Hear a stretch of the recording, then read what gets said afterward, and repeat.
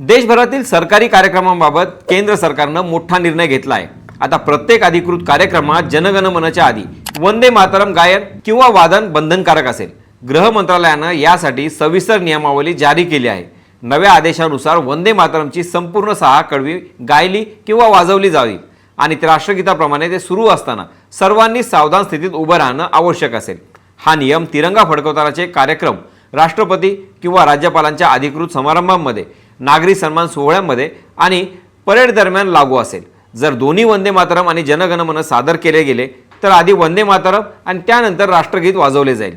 शाळांमध्येही दिवसाची सुरुवात सामूहिक वंदे मातरमने करण्याचा सल्ला देण्यात आला आहे, ज्यामागे देशभक्ती आणि राष्ट्रीय प्रतीकांबद्दल आदर वाढवण्याचा उद्देश असल्याचं सरकारचं म्हणणं आहे।